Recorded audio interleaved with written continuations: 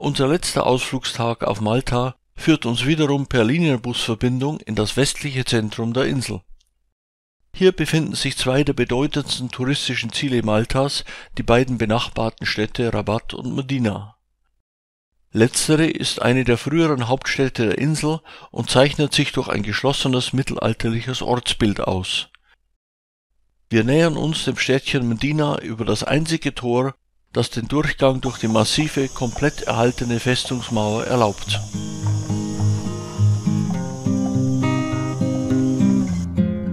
Der Name der Stadt geht auf die arabische Besetzung im 9. Jahrhundert zurück, später trugen auch die Normannen und die Johanniter wesentlich zur Entwicklung des Stadtbildes bei.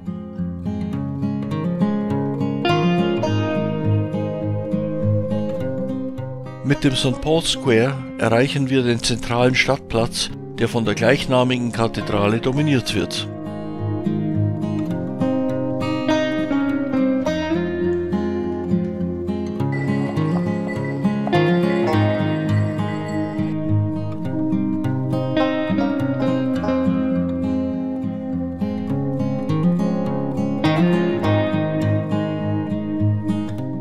Unbedingt sehenswert ist auch der prächtig ausgestaltete dreischiffige Innenraum.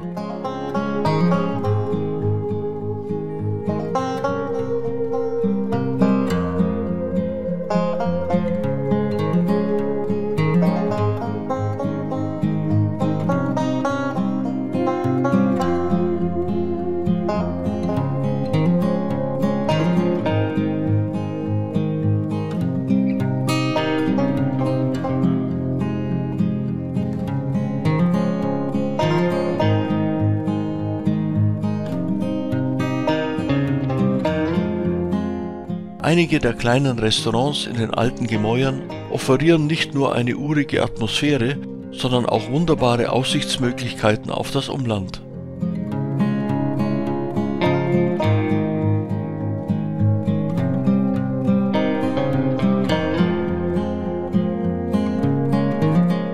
Auf dem Weg in die Nachbarstadt Rabat wartet außerhalb der Stadtmauern Mdinas eine kleine Bimmelbahn, die wir gerne nutzen, um auch mit etwas räumlichem Abstand einen Eindruck von der bevorzugten Lage der Stadt Mdina zu erhalten.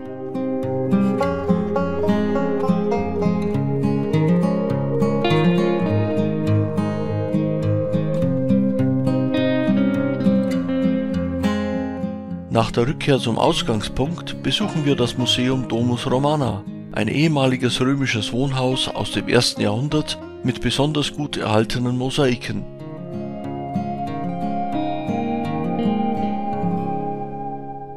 Nun setzen wir unseren Spaziergang durch die engen Gassen der Nachbarstadt Rabat fort und freuen uns über die weiterhin reiche Auswahl an schönen Motiven.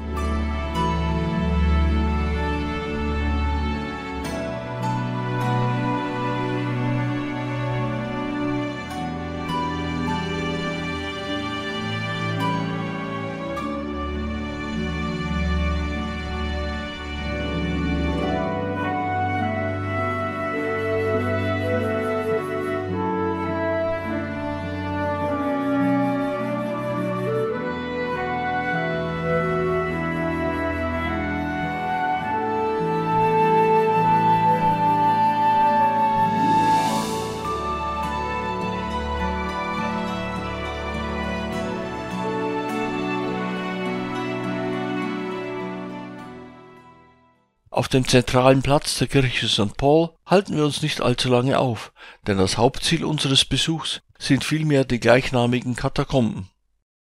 Hierbei handelt es sich um ein antikes Netzwerk von unterirdischen, labyrinthartig durch Gänge verbundenen Grabkammern, wobei sich klaustrophobe Gemüter schon allein durch die Angabe der Höhen- und Breitenmaße abschrecken lassen sollten.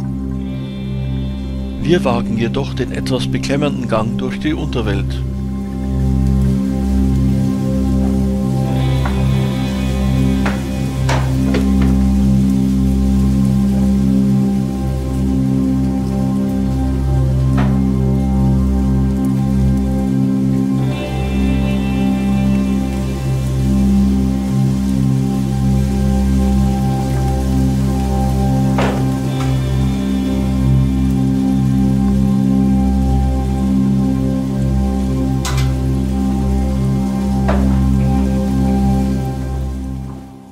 Danach freuen wir uns wieder besonders über Licht, Luft und Sonne, bevor wir den Weg zu unserem letzten Tagesziel, der etwas weiter nordöstlich gelegenen Stadt Mostar, in Angriff nehmen. Hier befindet sich mit der sogenannten Rotunda eine der größten Kuppelkirchen weltweit. Schon von außen ist zu erahnen, was die Besucher im Kircheninneren erwartet. Über 8 Meter starke Außenmauern sind erforderlich, um das Gewicht der Kuppel tragen zu können, die mit einem Durchmesser von 36 Metern und einer Höhe von 56 Metern die viertgrößte der Welt ist.